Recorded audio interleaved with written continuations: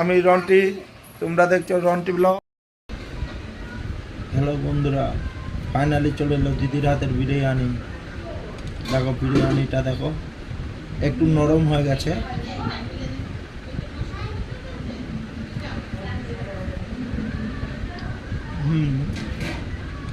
একটু নরম হয়ে গেছে,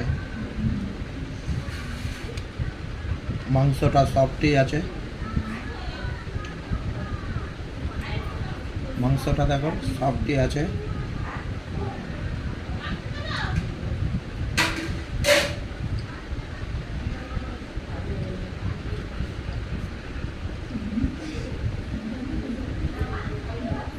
ঘরোয়া বিরিয়ানি তো, অত মশলা রান্না।